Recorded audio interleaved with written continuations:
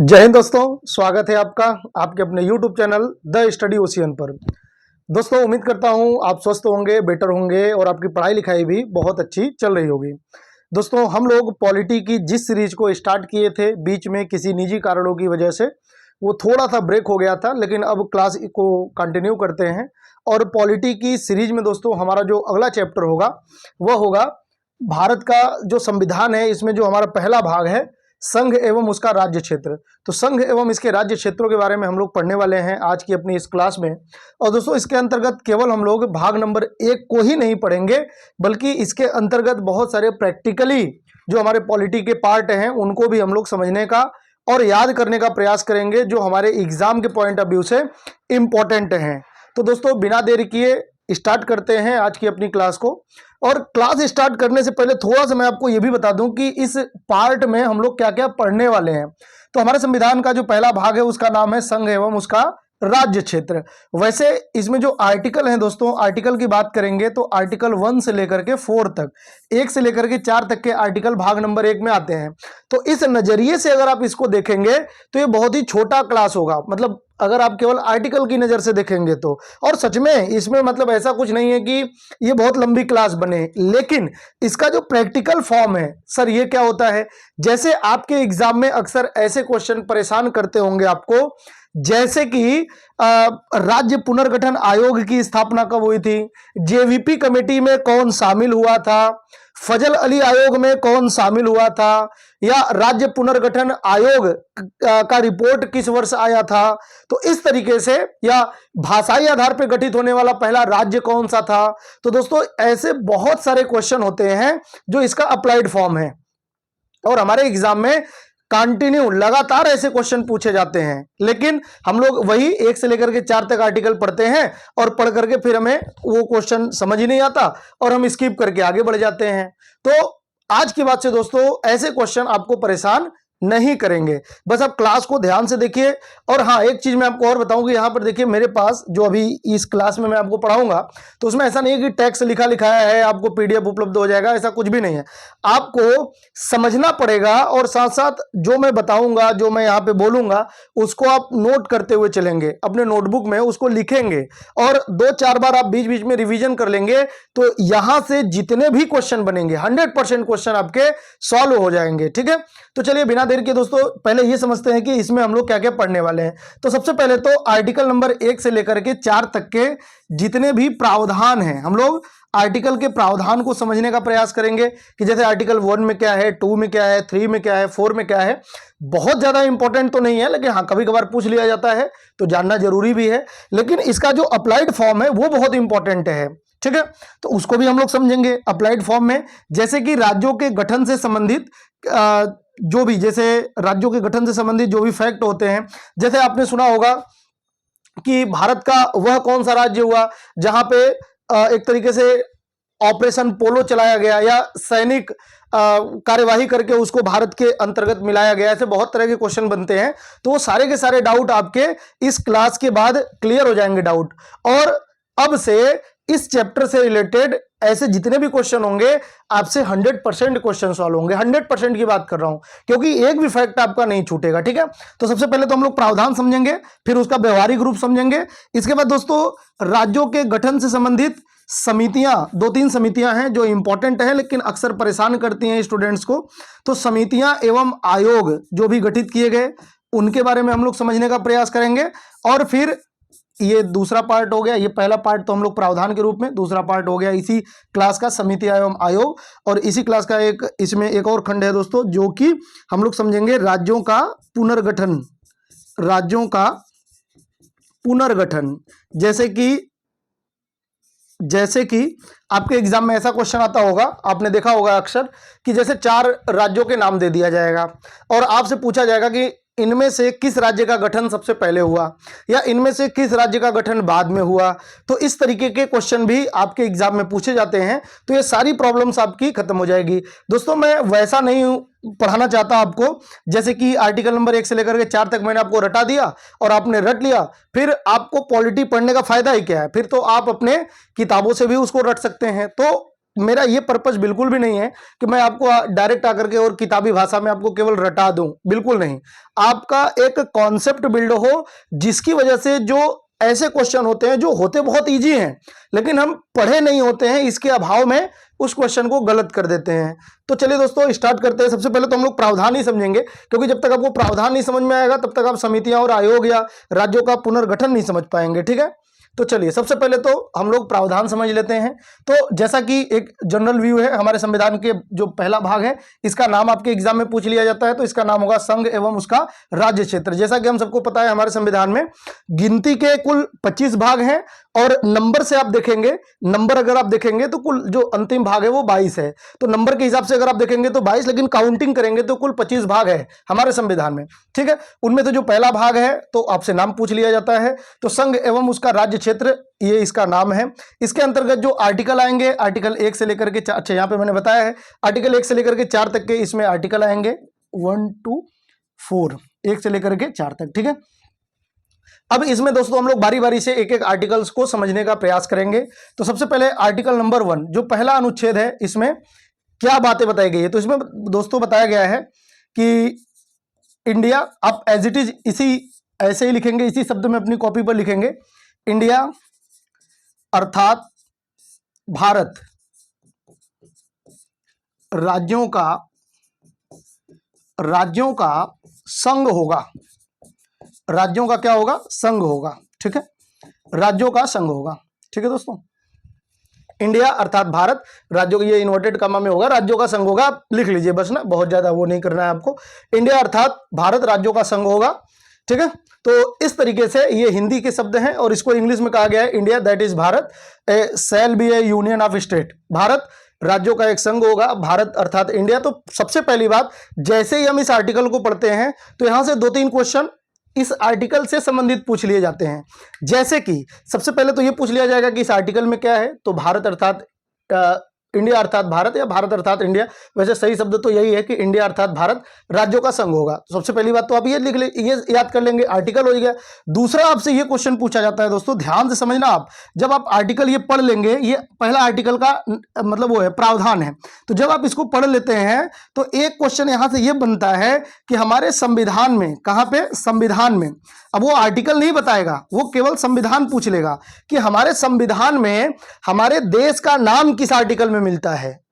ध्यान से सुनिए, हमारे संविधान में किस आर्टिकल में हमारे देश का नाम मिलता है। तो ये भी आप क्या बताएंगे? पहले आर्टिकल में। तो ये सब आप नोट करेंगे, है ना, पहले ही आर्टिकल में हमारे देश का नाम मिलता है। फिर ये क्वेश्चन बनता है कि हमारे देश का संवैधानिक नाम क्या है, या हमारे देश का संवैधानिक नाम क्या है, या संविधान में हमारे देश का नाम ऑफिशियली या औपचारिक रूप से क्या दिया हुआ है। अगर ऐसा क्वेश्चन आएगा तब भी आप क्या बताएंगे?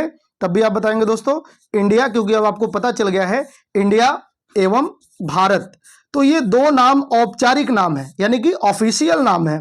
ठीक है, इंडिया और भारत, ये 2 नाम हमारे देश का नाम है। यानी कि कभी आपसे पूछा जाए हिंदुस्तान, या कभी कभार जो एक तरीके से जो मतलब कि वैदिक परंपरा के लोग हैं वो भारत को, जैसे आप पुराने धर्मशाला वगैरह में कभी आप देखे होंगे, तो देखे होंगे जहां पे धर्मशालाएं बनी होती हैं, तो वहां पर जैसे हमारे देश का नाम धर्मशाला पे आर्यावर्त भी मैंने देखा है ना, तो जम्बू द्वीप भी लिखवा देते हैं, आर्यावर्त भी लिखवा देते हैं। तो कहने को कहें, कोई डाउट नहीं है, लोग समझ जाएंगे कि हाँ ये हमारे देश का नाम बता रहे हैं, लेकिन औपचारिक रूप से हमारे देश का जो नाम होगा वो इंडिया और भारत होगा। और ये भी किस आर्टिकल में है? आर्टिकल नंबर 1 में है। तो ये इसका प्रावधान हो गया। फिर दोस्तों ये भी पूछा जाता है कि हमारे संविधान में भारत को क्या कहा गया है, तो राज्यों का संघ कहा गया है। क्या कहा गया है, ये क्या, इसका अर्थ क्या है वो मैं बताऊंगा आपको। फिलहाल आप ये समझिए कि भारत को क्या कहा गया है, कि भारत क्या है, तो भारत राज्यों का संघ है, भारत राज्यों का संघ है। तो पहला आर्टिकल पढ़ करके हमें 2 चीजें पता चली। पहला, हमारे देश का नाम क्या है, तो देश का नाम क्या मिलता है दोस्तों? इंडिया और भारत। दूसरा, राज्य भारत कैसा है, तो भारत राज्यों का संघ है। ठीक है, लेकिन यहां ध्यान रखना है, भारत क्या है? राज्यों का संघ है। भारत क्या है? राज्यों का संघ है। लेकिन दोस्तों यहां पे आपको फंसाने के लिए, वो आप हिंदी मीडियम वाले हैं तो a shall be a union of state बताया गया है इंग्लिश में, ठीक है।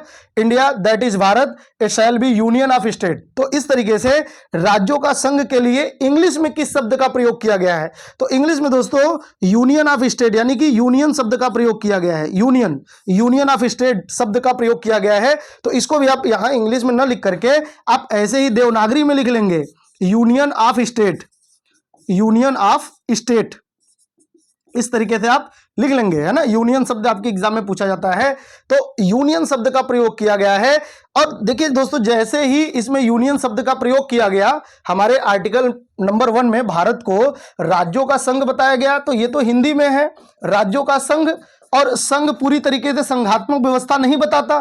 तो लोग समझ रहे थे कि क्या ये संघ का अर्थ संघात्मक है, और वही संघात्मक है जो अमेरिका में संघात्मक है। तो ये पूरी तरीके से भारतीय स्वरूप को व्याख्यायित नहीं कर पा रहा था। सर कहना क्या चाहते हैं दोस्तों? कहना ये चाहते हैं, ध्यान से समझिए, पूरी दुनिया में दो तरह की, जब तक आप ये नहीं समझेंगे, आपको अगर रटने की आदत है तो आप पॉलिटी अच्छे से नहीं समझ पाएंगे, और 100% आप पॉलिटी के क्वेश्चन को डील नहीं कर पाएंगे। तो इसके लिए क्या करना होगा, आपको समझना होगा। मैं दोस्तों बहुत ही ईजी लैंग्वेज में, ईजी भाषा में आपको समझाने का प्रयास कर रहा हूं कि इसको थोड़ा सा अगर आप जोर देकर के समझ लेंगे तो आपके क्वेश्चन 100% बन जाएं। ये मेरा प्रयास है, ठीक है। तो देखिए, राज्यों का संघ, अब संघ का अर्थ क्या है? तो दुनिया में दो तरह की व्यवस्थाएं होती हैं।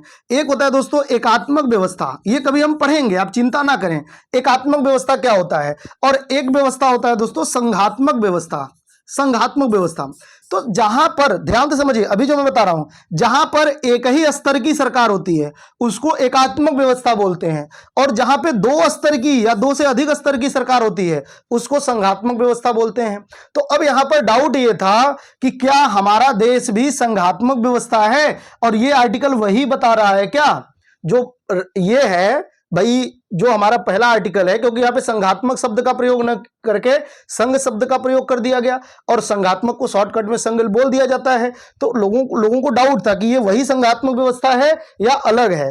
तो बाबा साहब भीमराव अंबेडकर जी ने इसके बारे में एक बात कहा। उन्होंने कहा देखिए भाई, हमारा व्यवस्था जो है वो संघात्मक व्यवस्था ही है, भले ही हमने संघ शब्द का प्रयोग किया है, तो हमारा देश जो है वो संघात्मक व्यवस्था ही है, इसमें कोई डाउट नहीं होना चाहिए। लेकिन लेकिन लेकिन लेकिन आपको ध्यान रखना है कि हमने यूनियन शब्द का प्रयोग किया है, जबकि जो संघात्मक व्यवस्था होते हैं तो संघात्मक का अंग्रेजी फेडरेशन होता है, संघात्मक का अंग्रेजी फेडरेशन होता है, लेकिन हमने संघ के लिए यूनियन शब्द का प्रयोग कर लिया। तो इसमें तो फेडरेशन शब्द का प्रयोग क्यों नहीं किया, जब हमारे यहां संघात्मक व्यवस्था है? और भीमराव अंबेडकर साहब ने यह कहा कि हाँ हमारे यहां संघात्मक व्यवस्था ही है, तो हमने फेडरेशन शब्द का प्रयोग नहीं किया, हमने यूनियन शब्द का प्रयोग क्यों कर लिया? तो इसके पीछे का कारण उन्होंने बताया। उन्होंने कारण क्या बताया? उन्होंने कहा देखो भाई, दुनिया में जितने भी फेडरेशन होते हैं ना, जो फेडरल व्यवस्था वाले होते हैं, जो फेडरल होते हैं, यानी कि जहां पे संघात्मक व्यवस्था होता है, जहां पे संघात्मक व्यवस्था होते हैं, संघात्मक व्यवस्था होता है, वहां पे केंद्र और राज्य 2 स्तर की सरकारें होती हैं, एक केंद्र स्तर का और एक राज्य स्तर का, एक केंद्र स्तर का और एक राज्य स्तर का, जहां पे 2 स्तर की सरकारें होती हैं जो भी दुनिया में संघात्मक व्यवस्था है, जैसे कि अमेरिका। तो इन राज्यों को देश से अलग हो जाने की स्वतंत्रता होती है, लेकिन हमारे यहां ऐसा नहीं है। तो अगर हम फेडरल शब्द का प्रयोग करेंगे तो इन राज्यों को यह गलतफहमी हो जाएगी कि हम भी भारत से अलग हो सकते हैं, जैसे कि जम्मू कश्मीर है, जैसे कि पंजाब है, जैसे कि मतलब पूर्वोत्तर के राज्य हैं। यहां पर दोस्तों कुछ रूप में हमेशा एक तरीके से असंतुष्टि का भाव मिलता है, पूरी तरीके से वो 100% संतुष्ट नहीं है इंडिया के साथ मिलकर के, और ये चाहें कि भाई हमें इंडिया से अलग होना है तो वो अलग होने का दावा करने लगेंगे। क्यों अलग होने का दावा करने लगेंगे? क्योंकि वो कहेंगे कि देखिए भाई, आपके संविधान में संघात्मक शब्द का प्रयोग किया गया है, और संघात्मक का अर्थ होता है कि भाई हम अलग हो सकते हैं, और फेडरल शब्द का प्रयोग किया है तो फेडरल का अर्थ होता है कि हम अलग हो सकते हैं। तो इसीलिए बाबा साहब ने कहा कि भाई हमने फेडरल शब्द का यूज इसलिए नहीं किया ताकि राज्यों को यह भ्रम ना रहे कि हम भाई अलग हो सकते हैं। तो इस आर्टिकल की व्याख्या करते हुए उन्होंने कहा क्या, तो अब ध्यान से सुनना है, जो मैं बताऊंगा वो आप नोट कर लेंगे। और कई बार ये स्टेटमेंट डायरेक्ट पूछा गया है, अगर आपको इनमें से नहीं समझ में आया तो कोई बात नहीं, आप जो मैं बता रहा हूं वो आप नोट कर लेंगे, ठीक है ना।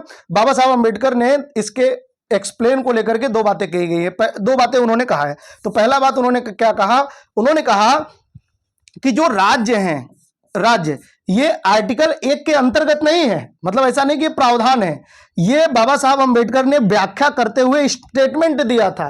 तो ये मैं आपको स्टेटमेंट बता रहा हूं, किसका, भीमराव अंबेडकर साहब का स्टेटमेंट है, ठीक है। तो ये स्टेटमेंट क्या है, जो राज्य हैं, राज्य वो भारत के साथ, राज्य भारत के साथ किसी संधि एवं समझौते का परिणाम नहीं है, परिणाम नहीं है। सर इसका अर्थ क्या है, इसका अर्थ यह है कि जितने भी हमारे भारत के अंतर्गत राज्य हैं, वो ऐसा नहीं कि भारत के साथ कोई डील करके, जैसे अमेरिका में जितने भी वहां पे 50 राज्य हैं, तो उस टाइम वो 13 राज्य हुआ करते थे जब अमेरिका का गठन हुआ था। तो वो सभी लोग आपस में समझौता करके कि चलो भाई हम सभी 13 के 13, उस टाइम वो 13 यूं समझिए कि देश हुआ करते थे, है ना। जब ब्रिटेन से वो स्वतंत्र हुए तो उस टाइम वो एक तरीके से देश हुआ, कॉलोनी थे, लेकिन आप देश समझ लीजिए, वो ब्रिटेन की कॉलोनी हुआ करती थी। तो आप यूं समझिए कि वो 13 देश थे और उन्होंने आपस में समझौता किया कि भाई हम लोग मिल करके रहेंगे और सब कुछ एकदम एक देश की तरह हम लोग ट्रीट करेंगे। लेकिन हाँ, कभी भी अगर हम चाहेंगे कि भाई हमें आपके साथ नहीं रहना है तो हम अलग हो जाएंगे। तो 13 देश मिल करके एक तरीके से उन्होंने संधि समझौता कर लिया और उन्होंने ये डील किया कि अगर हमें नहीं रहना है तो हम भाई बाहर हो जाएंगे। तो अमेरिका में 13 देश मिल करके अमेरिका को बनाए थे, इसीलिए तो उसका नाम ही क्या है, यूनाइटेड स्टेट। यूनाइटेड मतलब क्या होता है, संयुक्त राज्य। वो जितने भी राज्य वो सब संयुक्त हैं, मतलब मिले हुए हैं। तो वो अमेरिका बन गया था और उनको ये आजादी थी कि वो अमेरिका से अलग हट सकते हैं। और आज वो बढ़ते बढ़ते 50 राज्य हो गए, ठीक है। तो भारत में उन्होंने कहा कि भाई जितने भी राज्य हैं उनको भी ये कंफ्यूजन ना हो, उनको भी ये कंफ्यूजन ना हो कि हम भी किसी संधि समझौते का परिणाम है और भैया हमें अब इंडिया के साथ नहीं रहना है और अब तो हमें बाहर निकलना है। तो वो ये गलत फहमी में ना रहे, इसलिए उन्होंने कहा कि भाई हमने यूनियन शब्द का प्रयोग किया है। तो कई बार मोस्ट इंपॉर्टेंट है ये शब्द, एग्जाम में पूछा जाता है। तो मैंने आपको यह भी बता दिया कि इसका कारण क्या है, क्यों पूछा जाता है, क्योंकि ये राष्ट्रीय सुरक्षा, एकता और अखंडता का विषय है, इसलिए यहां पे ये पूछा जाता है बार बार कि हमारे संविधान में किस शब्द का प्रयोग किया गया है। तो यूनियन शब्द का, फेडरल या फेडरेशन शब्द का प्रयोग, फेडरल या फेडरेशन शब्द का प्रयोग नहीं किया गया है, ठीक है। और दूसरी बात उन्होंने कहा, एक तो इन्होंने ये कह दिया और दूसरा और स्पष्टीकरण करके उन्होंने क्या कहा, उन्होंने कहा कि भाई जितने भी राज्य हैं तो राज्यों को भारत से बाहर होने का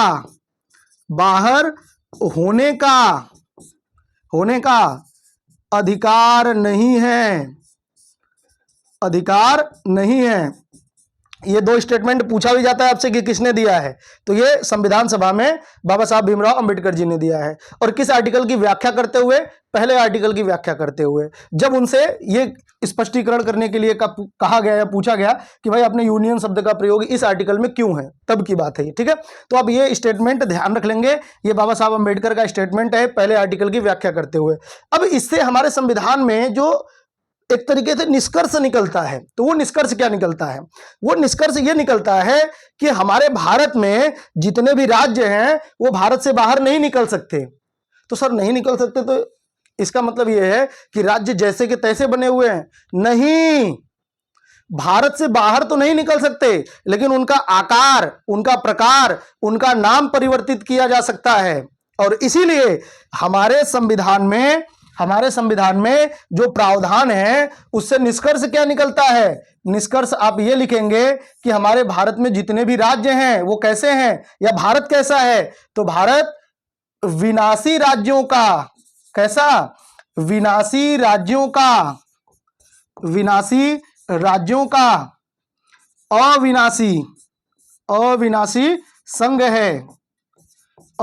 संघ है, ठीक है। विनाशी राज्यों का अविनाशी संघ है, विनाशी राज्यों का अविनाशी संघ है। और इसी तरीके से ये दोस्तों 4 स्टेटमेंट, आपने ये क्वेश्चन भी कई बार देखा होगा, इसी तरीके से 4 लाइन वो बना करके वो देता है, 4 लाइन बना करके वो देता है और वो कहता है इनमें से कौन सा एक सही है। तो विनाशी राज्य, सिंपल सी बात यह है कि आपके दिमाग में ये होना चाहिए कि राज्यों का विनाश हो सकता है। विनाश का मतलब क्या है? विनाश का मतलब ये नहीं है कि वो भारत से बाहर हो जाएंगे, भारत के भीतर रहते हुए उनको तोड़ा जा सकता है। जैसे आपने सुना होगा बहुत सारे राज्य टूटे, है ना भाई। जब हमारा संविधान बना और उसके बाद जब राज्यों का गठन किया गया था, पुनर्गठन किया गया 1956 में, तो 14 राज्य थे और 6 केंद्र शासित प्रदेश थे, और वर्तमान में 8 केंद्र शासित प्रदेश हैं और 28 राज्य हो चुके हैं। तो जाहिर सी बात है राज्य टूटे, हाँ 1-2 राज्य जरूर भारत में शामिल हुए बाद में, लेकिन टूटे भी। तो कुल मिलाकर के राज्यों का विनाश तो हो सकता है, लेकिन भारत कभी भी विनाश नहीं हो सकता, भारत का क्षेत्र कभी भी छोटा नहीं हो सकता। तो इसीलिए भारत कैसा है? अविनाशी है। लेकिन राज्य कैसे हैं? विनाशी है।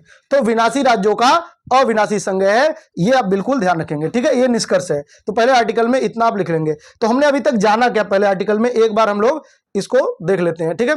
तो आर्टिकल नंबर 1 जो कि भाग नंबर 1 का ही पार्ट है, 1 से लेकर के 4 तक के आर्टिकल आते हैं भाग नंबर 1 में। तो इसमें जो पहला आर्टिकल है इसका नाम है इंडिया, अर्थात भारत राज्यों का संघ होगा, ये हमने जान लिया।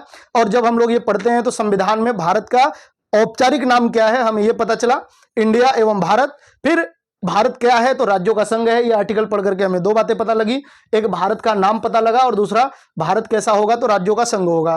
तो राज्यों का संघ मैंने बता दिया। और इंग्लिश में यूनियन शब्द का प्रयोग किया गया है, तो ये भी आप ध्यान रखेंगे, फेडरल शब्द का प्रयोग नहीं किया गया है। भले ही फेडरल व्यवस्था है हमारे यहाँ, कभी भी आपसे पूछा जाएगा तो आप फेडरल ही बताएंगे, लेकिन पूछा जाएगा कि किस शब्द का प्रयोग किया गया है, फेडरल शब्द का प्रयोग किया गया है।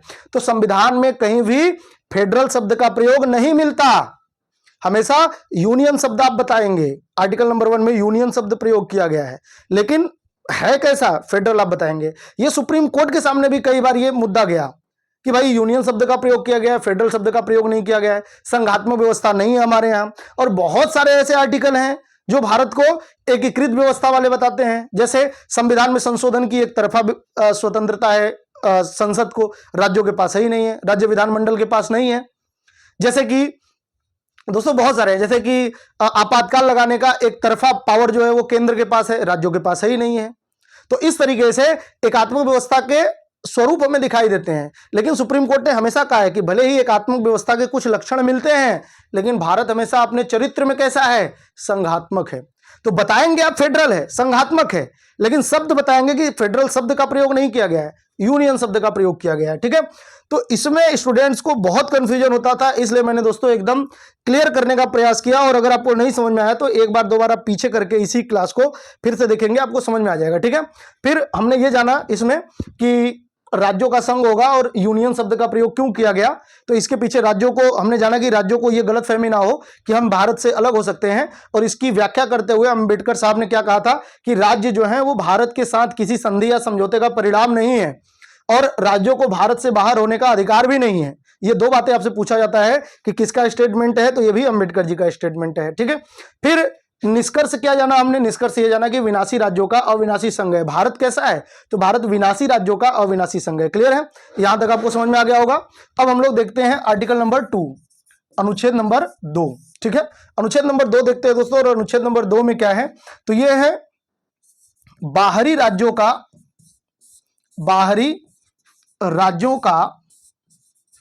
प्रवेश, बाहरी राज्यों का प्रवेश, ठीक है। अच्छा एक बात मैं आपको और बताऊं, जैसे यहां पर दोस्तों एक चीज और भी है, आप यहां ध्यान से समझिए। जैसे भारत से बाहर कोई भी राज्य नहीं जा सकते, अलग होने का अधिकार नहीं है, लेकिन क्या भारत के बाहर के राज्य भारत में शामिल हो सकते हैं क्या? तो बिल्कुल हो सकते हैं, ये आपको ध्यान रखना है, बिल्कुल हो सकते हैं, ठीक है। भारत के बाहर के राज्य शामिल हो सकते हैं। और यह बात हमें कहां पता चला? तो दूसरे ही आर्टिकल, मतलब पहले के बाद जैसे ही दूसरा आर्टिकल हुआ तो सबसे पहले उसमें वही क्लियर किया गया कि पहले आर्टिकल का कंफ्यूजन ये ना बने कि कल भाई भारत का राज्य बाहर नहीं हो सकता, तो कल को ऐसा ना हो कि लोग ये समझ लेंगे अच्छा मतलब बाहर का कोई भारत में भी नहीं आ सकता, ऐसा नहीं है। इसीलिए दूसरे आर्टिकल में तुरंत हमने क्लियर किया कि नहीं, अगर भारत के बाहर का कोई राज्य भारत में शामिल होना चाहता है तो बिल्कुल हो सकता है ना, शामिल हो सकता है। तो उसके अप्रूवल से? तो संसद के अप्रूवल से। ध्यान रखना है, संसद ही तय करेगी कि कोई राज्य भारत में शामिल होगा कि नहीं शामिल होगा, और शामिल होगा तो किन शर्तों के साथ शामिल होगा, उसे यूटी बनाया जाएगा, मतलब कि केंद्र शासित प्रदेश बनाया जाएगा, या उसको कुछ विशेषाधिकार प्राप्त होगा, या क्या होगा क्या नहीं होगा, ये संसद तय करेगी सभी शर्तें भी, और ये भी कि वो शामिल होगा कि नहीं, तो ये ध्यान रखना है। तो कभी भी आपसे पूछा जाए तो ये आप बताएंगे संसद, ठीक है। तो बाहरी राज्यों का प्रवेश आप ध्यान रखेंगे, ठीक है, बाहरी राज्यों का प्रवेश ध्यान रखेंगे। अब इसमें मैंने आपको बताया कि ये अधिकार किसके पास है, तो संसद के पास ये अधिकार है। किसके पास अधिकार है, संसद के पास अधिकार है, ठीक है, संसद के पास अधिकार है। अच्छा, अब एक बात बताइए कि संसद के पास अधिकार है, ये बात तो ठीक है, लेकिन क्या संविधान में संशोधन करना पड़ेगा या नहीं करना पड़ेगा? सॉरी, एक बात बताइए कि अगर हम भारत के बाहर का कोई राज्य है और उसको हम भारत में शामिल करना चाहते हैं, तो क्या, ध्यान से सुनिए मेरी बात, क्या संविधान में ऐसा कहा गया है कि वह संसद के द्वारा संशोधन किया जाएगा? संसद के द्वारा संशोधन करना जरूरी है क्या? आप ये बताइए, संसद के द्वारा संविधान में संशोधन करना जरूरी है क्या? तो देखिए, इसका क्लियरेंस कहां मिलता है? आर्टिकल नंबर 4 में। आर्टिकल नंबर 4 यही बात बताता है कि भाई 2 के तहत, देखिए 4 को मैंने कई टीचरों को देखा है कि वो गलत पढ़ा देते हैं। 4 में और कुछ विशेष बातें नहीं बताई गई है, 4 में 2 और 3 का प्रक्रिया ही बताया गया है। तो जो 4 है वो यही कहता है, 4 क्या कहता है कि भाई 2 के तहत, ध्यान से सुनिए, 4 में जैसे 4 के लोग स्किप कर देते हैं या तो वो समझा नहीं पाते, मैं आपको बता रहा हूं, अगर आपको डाउट हो बिल्कुल ध्यान से समझिए। 4 में और कुछ कोई प्रावधान नहीं है, केवल यही प्रावधान है कि 2 के तहत, 3 का भी बात है इसमें, लेकिन मैं आपको अभी 2 बता रहा हूं कि 2 के तहत अगर कुछ भी किया जाता है, कुछ भी मतलब क्या किया जाएगा, भारत के बाहर के राज्यों को भारत में शामिल किया जाएगा। जैसे कि सिक्किम है, सिक्किम पहले एक भारत का पड़ोसी देश हुआ करता था, जैसे वर्तमान में नेपाल है, भूटान है, चाइना है, पाकिस्तान है, पड़ोसी देश है भारत के। ऐसे ही भारत का एक पड़ोसी देश हुआ करता था सिक्किम। 1975 में, ध्यान से सुनिए, 1975 में उसको भारत में शामिल कर लिया गया। तो अब क्वेश्चन यह है कि क्या सिक्किम को शामिल करते समय संविधान संशोधन करना पड़ेगा? तो ध्यान से सुनिए, संविधान में संशोधन नहीं करना होगा, मतलब कि जो संसद है ये मात्र कितने, अपने उपस्थित और मतदान करने वालों का, ये क्वेश्चन पूछा गया है, आप नोट करेंगे, अपने उपस्थित और मतदान करने वालों का 50% लोग अगर यस कर देते हैं, 50% लोग अगर यस कर देते हैं, 50% + 1 लोग अगर यस कर देते हैं तो वो हो जाएगा, मतलब सिक्किम शामिल हो जाएगा। तो क्या ये संविधान संशोधन माना जाएगा? ध्यान से सुनिए, संविधान संशोधन माना तो जाएगा, लेकिन संविधान संशोधन की प्रक्रिया नहीं होगी। सर कहना क्या चाहते हैं? कहना यह चाहते हैं कि सिक्किम भारत में शामिल हुआ और उसमें आपने पढ़ा होगा 36वां संविधान संशोधन के तहत, 36वां संविधान संशोधन 1975, लेकिन इसमें संविधान संशोधन की जो प्रक्रिया होती है, संविधान की संशोधन की प्रक्रिया बहुत टफ होती है। जो लोग उपस्थित हैं और मतदान करने वाले हैं उनका 2/3 चाहता है वोटिंग, यानी कि यहां पर तो साधारण बहुमत से 50% होता है, लेकिन जब आप संविधान में संशोधन करते हैं तो 2/3 चाहिए होता है। मैं बताना क्या चाह रहा हूं वो आप ध्यान से समझिए, मतलब कि 67% चाहिए होता है। सर कहना क्या चाहते हैं, तो ध्यान से समझिए, मैं जो बताना चाह रहा हूं कि संविधान संशोधन तो होता है, लेकिन संविधान संशोधन की प्रक्रिया नहीं अप्लाई होती, क्योंकि संविधान संशोधन की प्रक्रिया बहुत टफ है, जबकि यह बहुत ही साधारण बहुमत से हो जाता है। तो प्रक्रिया उसमें नॉर्मल वोटिंग चाहिए होता है, जबकि संविधान संशोधन अगर करना होगा तो बहुत टफ प्रक्रिया है, क्योंकि संविधान संशोधन जब किया जाता है किसी प्रावधान को चेंज करने के लिए तो उसमें वोटिंग चाहिए होती है लगभग 67%, लगभग 67%, जबकि किसी बाहरी राज्यों का भारत में शामिल करना होगा तो उसमें 67% नहीं, 50% + 1 लोग यस कर देंगे और वो संविधान संशोधन हो जाएगा। तो इसीलिए आर्टिकल नंबर जो 4 है वो कहता है कि ये संविधान संशोधन नहीं होगा, मतलब संविधान संशोधन की प्रक्रिया नहीं होगी। तो उम्मीद करता हूं आपको समझ में आ गया होगा। और इसके अंतर्गत दोस्तों कई भारत के बाहर के क्षेत्रों को भारत में शामिल किया गया, जैसे वो तो मैं राज्यों के गठन में बताऊंगा, अभी एक आप व्यू ले लीजिए। जैसे जब देश आजाद हुआ तो हमारे पास 1954 में पांडिचेरी नहीं था, जो पांडिचेरी है वह नहीं था, पांडिचेरी 1954 में शामिल हुआ। तो आप ध्यान रखेंगे पांडिचेरी, और पांडिचेरी के अंतर्गत पांडिचेरी पर किसका अधिकार था? फ्रांस का। ये सब हम राज्यों के गठन में पढ़ेंगे, लेकिन अभी क्योंकि आर्टिकल नंबर 2 है तो 3-4 चीजें मैं बता देता हूं, वो आप ध्यान से समझेंगे। तो पांडिचेरी, इसमें माहे, पांडिचेरी, कराईकल और यनम 4 क्षेत्र थे जो फ्रांस से भारत में शामिल हो गए थे, ठीक है। फिर 1961 में गोवा शामिल हो गया था भारत में, और यह ब्रिटिश उपनिवेश था। क्या था? उपनिवेश था, ब्रिटिश उपनिवेश था, ये भी आप ध्यान रखेंगे। गोवा के साथ दमन और दीव भी था और दादर नागर हवेली भी थे, है ना। सॉरी, ये ब्रिटेन नहीं होगा, ये पुर्तगाल होगा दोस्तों, पुर्तगाल, ठीक है, पुर्तगाल। और गोवा जो है, ये गोवा के साथ साथ दमन एवं दीव, दादर एवं नागर, अब तो ये सब एक ही हो गया है, दादर एवं नागर हवेली, ये क्षेत्र भी इसी के साथ शामिल हुआ, गोवा के साथ। इसलिए मैं इसको ब्रैकेट में लिख देता हूं कि गोवा के ही अंतर्गत ये इसके साथ ही शामिल हुए थे, ठीक है। और ये भी पुर्तगाल के ही उपनिवेश थे, ये भी 1961 ही ध्यान रखेंगे आप, ठीक है। इसके बाद 1975, और 1975 में दोस्तों सिक्किम, और सिक्किम किसी का उपनिवेश नहीं था, बल्कि यहाँ पे राजशाही चलती थी सिक्किम, ठीक है। और यहाँ पे राजतंत्र था, तो ये इस तरीके से, और ये सब भारत में बाद में शामिल हुए। तो ये पूछा जा सकता है आपसे कि किस आर्टिकल के तहत। आर्टिकल नंबर 2 में ये प्रावधान है कि भाई भारत के बाहर का कोई क्षेत्र है तो भारत में शामिल हो सकता है। बस ये ध्यान रखना है कि शामिल करेगा कौन? संसद। और वोटिंग ध्यान रखना, 50% +1 उपस्थित और मतदान करने वालों का 50% +1 लोगों ने अगर यस कर दिया तो वो हो जाएगा, ठीक है। चलिए आगे बढ़ते हैं। अब देखते हैं हम लोग आर्टिकल नंबर 3। आर्टिकल नंबर 3, और दोस्तों जो आर्टिकल नंबर 3 है, इसमें क्या है? तो इसमें है वर्तमान राज्य। देखिए, 2 में बाहरी राज्य थे, और ये वर्तमान राज्य, जितने भी वर्तमान राज्य हैं, तो वर्तमान राज्यों के क्षेत्रों,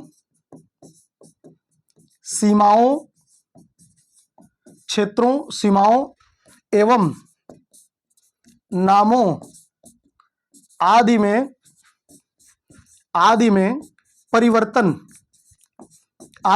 परिवर्तन।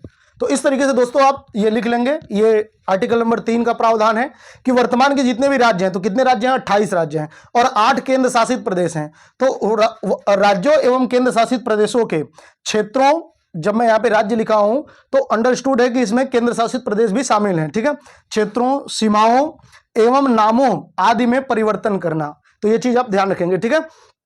तो यहां पे इस आर्टिकल के अंतर्गत प्रावधान किसके बारे में है? भारत के जो वर्तमान राज्य हैं उनमें, मैं फिर से रिपीट कर रहा हूं, कंफ्यूजन नहीं होना चाहिए, होता है स्टूडेंट को, मैंने अक्सर गलती करते हुए देखा है कि 2 और 3 में वो भूल जाते हैं। तो कैसे याद रखेंगे? मैं आपको एक ट्रिक बताता हूं। 2 का अर्थ क्या होता है, मतलब ऐसे अभी याद हो जाएगा, लेकिन एग्जाम में भूल जाते हैं कि किस में 2 है, 3 है, 2 3 में बहुत कंफ्यूजन हो जाता है। तो ध्यान रखना कि 2 का अर्थ है दो, मतलब भारत का कोई बाहर का राज्य है, वो मांग रहे हैं हम कि 2 भाई आ जाओ, शामिल हो जाओ इसमें भारत में। तो 2 का अर्थ 2, मतलब भारत की, और जब 2 क्लियर हो जाएगा तो 3 का अर्थ है कि वर्तमान का जो राज्य है, ठीक है। तो जो वर्तमान में भारत में सम्मिलित हैं, उनके क्षेत्रों में अगर परिवर्तन करना है, क्षेत्रों में कैसे परिवर्तन कर सकते हैं? क्षेत्र में ऐसा परिवर्तन कर सकते हैं कि भाई 2, जैसे मान लो 2 राज्य हैं, जैसे मान लो यहाँ पे 2 राज्य हैं, तो हम ऐसा कर सकते हैं कि इस राज्य को तोड़ करके एक अलग राज्य बना दिए, या इस राज्य को तोड़ के एक अलग राज्य बना दिए, या क्या कर दिए, दोनों को तोड़ करके एक अलग ही राज्य बना दिए, या इसका क्षेत्र इसमें सम्मिलित कर दिए, या इसका क्षेत्र इसमें, मतलब कि कुछ भी, मतलब कहने का अर्थ क्या है? कुछ भी। अगर किसी भी प्रकार से कोई क्षेत्र परिवर्तन होता है तो किया जा सकता है, और यह अधिकार है किसको? तो यह अधिकार है संसद को। अभी मैं बताऊंगा, इसमें प्रक्रिया है, इसमें संसद को एक तरफा और एक तरीके से पावर नहीं है, लेकिन थोड़ा सा प्रोसेस भी है, और वो आपको ध्यान भी रखना है। कुछ प्रक्रिया है, और वो प्रक्रिया क्या है वो मैं बताऊंगा।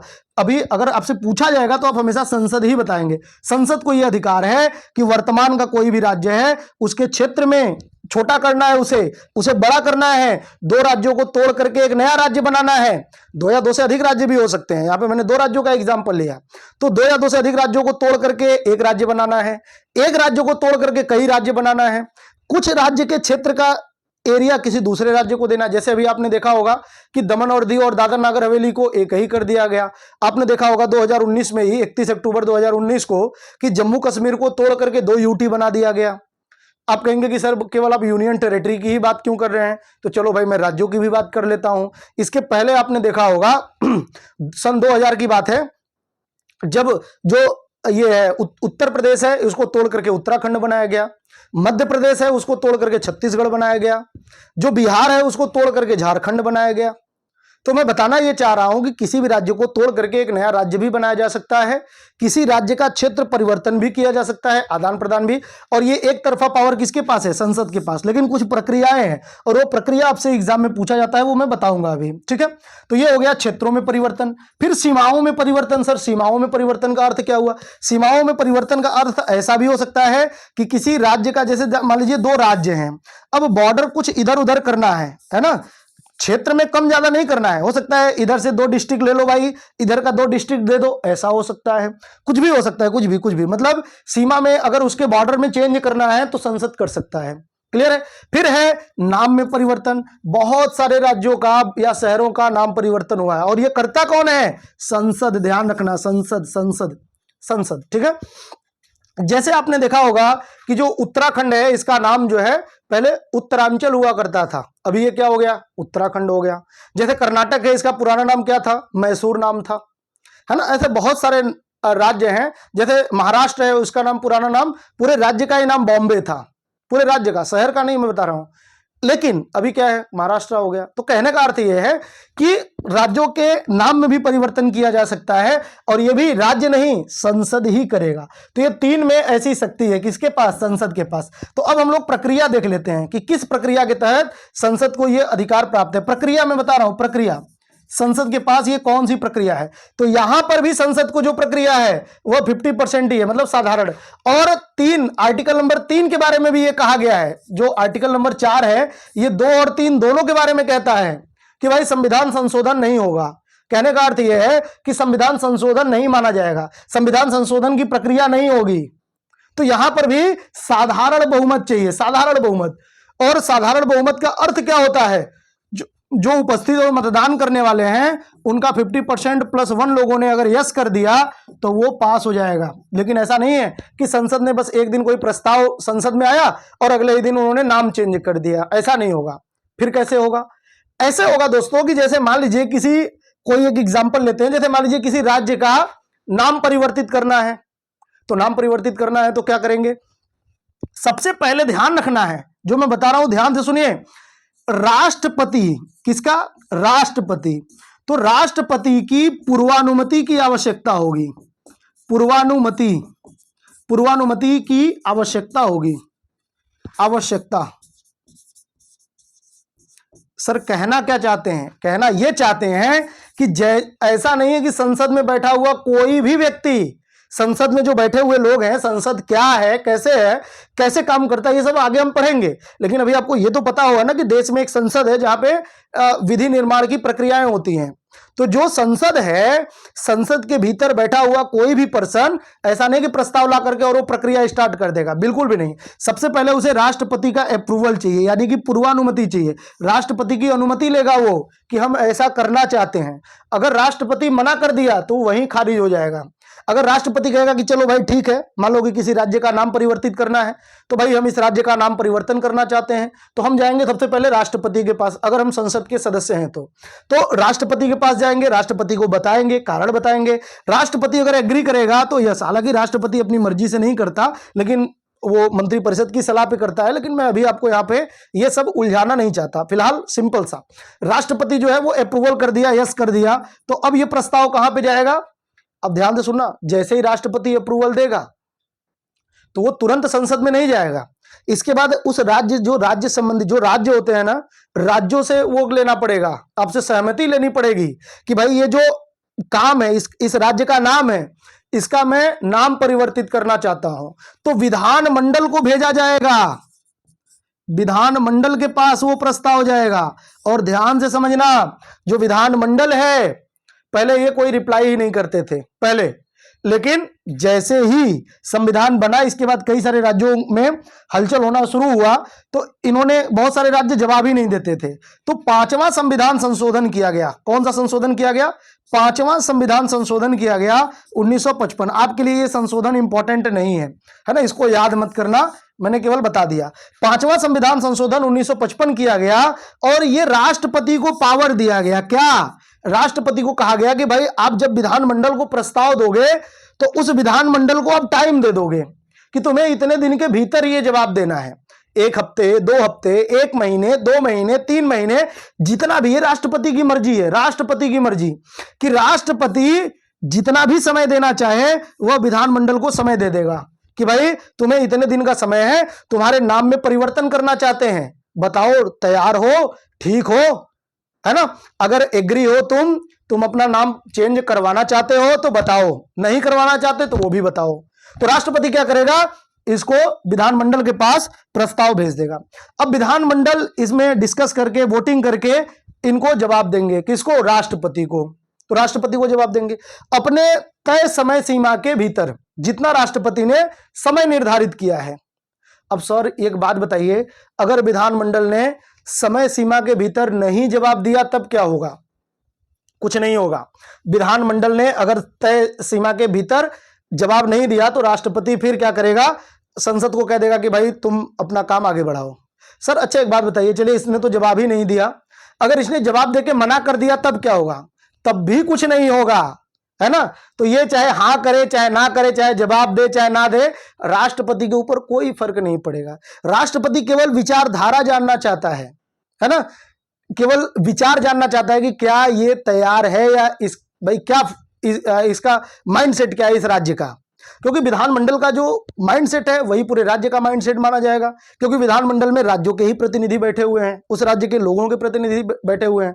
तो विधानमंडल की जो बात होगी वो पूरे राज्य की बात मानी जाएगी। तो विधानमंडल ने या तो जवाब नहीं दिया, राष्ट्रपति कहेगा ठीक है भाई। हाँ ये है कि राष्ट्रपति के पास एक नैतिक जिम्मेदारी है कि वो जो समय दिया गया है उसके पहले संसद को अलाउ नहीं करेगा, है ना। पहले कर सकता था लेकिन अब एक नैतिक जिम्मेदारी है, बाध्य नहीं है लेकिन नैतिक जिम्मेदारी है।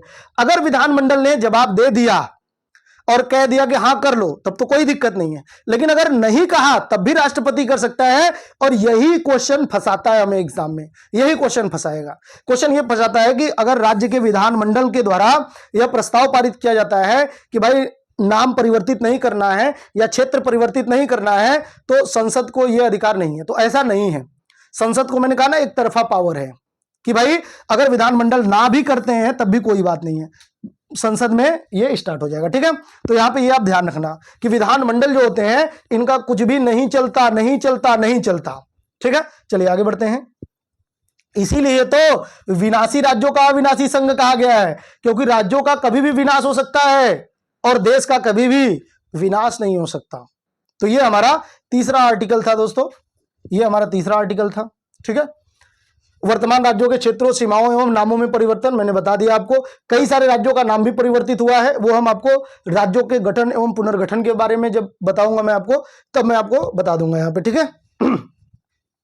अच्छा एक बात और भी है, एक बात और भी है कि क्या भारत के किसी क्षेत्र को भारत के बाहर दिया जा सकता है क्या? एक बात मतलब यहां पे ये बताइए कि क्या किसी क्षेत्र को दिया जा सकता है क्या? तो देखिए 1958 में, ध्यान से समझना, अब आपको एक मैं प्रकरण बता रहा हूं वो ध्यान से समझना है। 1958 में क्या हुआ कि भारत के, जैसे आप यूं समझिए ये हमारा वर्तमान इंडिया है,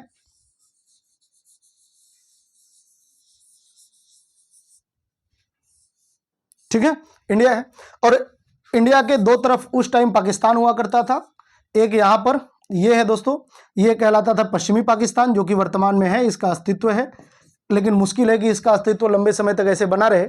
और यहाँ पर यह है पूर्वी पाकिस्तान, अभी वर्तमान में ये बांग्लादेश है, लेकिन उस टाइम ये पूर्वी पाकिस्तान कहलाता था, पूर्वी पाकिस्तान कहलाता था। तो 1958 में क्या हुआ, भारत सरकार, क्योंकि विवाद हुए और बंटवारा हुए लगभग 10 साल हो चुके थे 1947 में, तो 1958 में ये हुआ कि चलो भाई सब कुछ सेटल कर लिया जाए। तो 1958 में एक संधि हो गया था, संधि हुआ भारत सरकार के द्वारा, उस टाइम नेहरू जी थे, और पाकिस्तान सरकार के द्वारा। और उस टाइम पाकिस्तान के ये दो खंड हुआ करते थे भारत के दोनों तरफ, ये पूर्वी पाकिस्तान और ये पश्चिमी। तो यहाँ पे बॉर्डर को सीधा करना था, और सीधा करने के क्रम में दोस्तों, सीधा करने के क्रम में भारत का कुछ क्षेत्र पाकिस्तान को दिया जाना था और पाकिस्तान का कुछ क्षेत्र भारत को दिया जाना था। तो एक गांव था बेरूबाड़ी, गांव कौन सा था, बेरूबाड़ी, बेरूबाड़ी गांव था। और बेरूबाड़ी, जो बेरूबाड़ी गांव है, एक क्षेत्र हुआ करता था, इसको पाकिस्तान को दिया जाना था। और पाकिस्तान का कुछ क्षेत्र इंडिया को मिलता बदले में। लेकिन बेरूबाड़ी के लोगों ने सुप्रीम कोर्ट में केस कर दिया। सुप्रीम कोर्ट में उन्होंने, हालांकि सुप्रीम कोर्ट में उन्होंने केस नहीं किया था, ये तो आपके समझने के लिए है। वास्तव में यह है कि राष्ट्रपति जो थे, राष्ट्रपति ने खुद सुप्रीम कोर्ट से आर्टिकल नंबर 143 के तहत सलाह लिया था कि क्या हम ऐसा कर सकते हैं या नहीं कर सकते, या क्या है मामला। तो राष्ट्रपति को सुप्रीम कोर्ट द्वारा जो कहा गया वो आपके लिए जरूरी है, वो आप ध्यान से समझेंगे। सुप्रीम कोर्ट ने क्या कहा इस मामले में कि भाई ये क्षेत्र पाकिस्तान को दिया जाना है तो क्या दिया जा सकता है कि नहीं दिया जा सकता। तो इस पर सुप्रीम कोर्ट ने जो कहा वो आपको बहुत ध्यान से समझना है दोस्तों। सुप्रीम कोर्ट ने क्या कहा, तो सुप्रीम कोर्ट ने कहा कि भाई देखो, अगर भारत के बाहर का कोई क्षेत्र लिया जाना है ले लो, कोई दिक्कत नहीं है। वर्तमान क्षेत्रों में कोई परिवर्तन करना है कर लो, कोई दिक्कत नहीं है। लेकिन भारत का कोई क्षेत्र है और वो तुम किसी छोटा सा भी एरिया कोई किसी दूसरे को देना चाहते हो, किसी भी एरिया पे कहीं पर भी ये सोचते हो कि छोटा सा एक द्वीप है तो चलो ये उसको दे देते हैं, नहीं दे सकते। कब तक? जब तक कि आप संविधान में संशोधन नहीं करोगे। और आप एक तरफा नहीं दे सकते, आप एक तरफा संविधान में संशोधन, तो पहले तो आपको यह ध्यान रखना है कि आप एक तरफा नहीं दे सकते। और दूसरी चीज, आप फिर दे कैसे सकते हैं? आदान प्रदान के क्रम में, ध्यान रखना है। आप एक तरफा नहीं दे सकते, आप आदान प्रदान के क्रम में दोगे। और जब भी आप आदान प्रदान के क्रम में दोगे तो आपको संविधान में संशोधन करना पड़ेगा। और संशोधन की प्रक्रिया, यह किसने कहा था? सुप्रीम कोर्ट ने। और यह संशोधन की प्रक्रिया वैसे ही होनी चाहिए जैसे संविधान संशोधन की दूसरी प्रावधान होते हैं, यानी कि बहुत कठिन प्रक्रिया है संविधान संशोधन की प्रक्रिया। तो संविधान में संशोधन करके भारत का कोई सा क्षेत्र किसी दूसरे से आदान प्रदान करने के क्रम में दिया जा सकता है। यह 1958 का संधि था और 1960 का विवाद था जिसमें सुप्रीम कोर्ट का जजमेंट आया था। तो बेरूबाड़ी केस जो है वो 1960 में वो जजमेंट था, लेकिन संधि थी, जो विवाद था वो 1958 का था। तो आपके लिए ये डेट इंपॉर्टेंट नहीं है, 1960 वाली डेट ही इंपॉर्टेंट है, ठीक है। तो ये अब हमने जान लिया कि भारत का कोई क्षेत्र आदान प्रदान के क्रम में दिया जा सकता है। और ध्यान से सुनना, फिर ये बेरूबाड़ी का क्या हुआ? संविधान में 9वां संविधान संशोधन किया गया 1960, 9वां संविधान संशोधन 1960। और 1960 करके क्या किया गया? भारत का बेरूबाड़ी बांग्लादेश, जो वर्तमान में बांग्लादेश है, उसे दे दिया गया। क्लियर है? तो ये आपको समझ में आ गया होगा दोस्तों। 9वां संविधान संशोधन करके आदान प्रदान किया गया। और इतना ही नहीं, 1974 में इंदिरा गांधी एवं बांग्लादेश के उस टाइम जो प्रधानमंत्री थे मुजीबुर रहमान, उनके बीच भी ऐसी संधि हुई थी और वहां पर भी आदान प्रदान ऐसे ही हुआ था। लेकिन वो अप्लाई हो पाता उसके पहले ही बांग्लादेश के प्रधानमंत्री मुजीबुर रहमान को वहां के लोगों ने हत्या कर दिया। बांग्लादेशी ने, बांग्लादेश के जो उपद्रवी लोग थे जो उनसे सहमत नहीं थे, मुजीबुर रहमान को मार दिया। अब क्या हुआ? यह संधि वैसे की वैसे ही पड़ी रही। लेकिन यही संधि 2015 में एज इट इज 2015 में as it is Modi ji ने अप्लाई कर दिया। तो कई सारे लोगों ने इसका विरोध किया जो कांग्रेस के लोग थे, लेकिन ये संधि इंदिरा गांधी जी के ही द्वारा की गई थी 1974 में, और अप्लाई किया इन्होंने और मोदी जी ने। और यह भी आपको ध्यान रखना है, इंदिरा गांधी जी ने जो मतलब समझौता किया था तो उसमें उन्होंने संविधान संशोधन नहीं कर पाई थी क्योंकि अप्लाई नहीं हुआ था। मोदी जी ने अप्लाई किया, तो अप्लाई करके क्या किया इन्होंने? एक संशोधन किया, 100वां संविधान संशोधन 2015। तो ये भी आपको ध्यान रखना है। तो ये दो संशोधन बहुत इंपॉर्टेंट नहीं है, लेकिन याद रख सके तो ज्यादा बेटर है। एक 9वां, एक 100वां, मिलता जुलता नाम है, 9वां और 100वां। और ये दोनों संशोधन क्षेत्रों के आदान प्रदान से संबंधित है। क्लियर है? तो दोस्तों उम्मीद करता हूं आपको ये समझ में आ गया होगा आर्टिकल 1, 2 और 3। और देखिए आर्टिकल नंबर जो 4 में है वो है क्या, तो वही मैंने बताया। आर्टिकल नंबर जो 4 में है वो यही है कि आर्टिकल नंबर 2 और 3 में अगर कुछ भी प्रावधान किया जाता है, आर्टिकल नंबर 2 या 3 में या पहली अनुसूची में, पहली अनुसूची भी उसी से संबंधित है। अगर 2 और 3 में कुछ भी चेंज होगा तो पहली अनुसूची में चेंज होगा। सर अनुसूची क्या होता है? आप नई नई चीजें बता रहे हैं, अनुसूची अलग ही बता दिए। अनुसूची क्या है दोस्तों? देखिए हमारे संविधान में कुल मूल संविधान में 8 थे और अभी 12 अनुसूचियां हैं। तो अनुसूची होती क्या है? किसी चीज की लिस्ट होती है जो संविधान के अंत में है ना। संविधान के बीच में ही किसी चीज का लिस्ट बनाना अच्छा नहीं लगा, तो लिस्टेड वाली चीजें जो होंगी वो संविधान के लास्ट में संविधान बनाने वालों ने ऐड कर दिया। वर्तमान में कुल 12 अनुसूचियां हैं, तो उसमें जो पहली अनुसूची है यानी जो पहला लिस्ट है संविधान का, उसमें राज्यों का और क्षेत्र का विवरण पूरा दिया हुआ है। जैसे यूपी का, बिहार का, मध्य प्रदेश का, झारखंड का, छत्तीसगढ़ का, ऐसे पूरा विवरण है। कि भाई ये राज्य है, इनका ये क्षेत्र है, इनका ये न्याय क्षेत्र है, तो पहली अनुसूची में ये बात है। तो अगर आप मुझे बताओ कि दूसरा में कुछ भी दूसरी दूसरा अनुच्छेद है, इसमें क्या है कि कोई बाहरी राज्यों का प्रवेश है, तो अगर बाहरी राज्यों का प्रवेश होगा तो आप मुझे एक बात बताओ, क्या पहली अनुसूची में चेंज नहीं होगा? बिल्कुल होगा, क्योंकि जैसे ही वो भारत में शामिल होगा तो पहली अनुसूची में जोड़ोगे ना भाई, क्योंकि पहली अनुसूची में लिस्ट ही किस चीज का है? भारत के राज्य और केंद्र शासित प्रदेश का लिस्ट है, तो पहली अनुसूची में जोड़ोगे। ऐसे ही अगर आप तीसरे में कुछ भी चेंज करोगे तो क्षेत्र यहां पे चेंज करोगे ना। तो मैं बताना यह चाह रहा हूं कि दो आर्टिकल नंबर 2 या आर्टिकल नंबर 3 या अनुसूची नंबर 1, इसमें कुछ भी परिवर्तन होता है तो वो आर्टिकल नंबर 4 कहता है कि इसमें संविधान संशोधन की प्रक्रिया नहीं अप्लाई होगी, साधारण बहुमत से हो जाएगा। ठीक है, तो आज के लिए इतना है दोस्तों। उम्मीद करता हूं यह क्लास आपके लिए काफी हेल्पफुल साबित हुई होगी, और कोशिश करेंगे अब जो ये क्लास है पॉलिटी की वह रेगुलर बनी रहे। तो दोस्तों मिलते हैं नेक्स्ट क्लास में, और तब तक के लिए होगा नमस्कार, जय हिंद, जय भारत।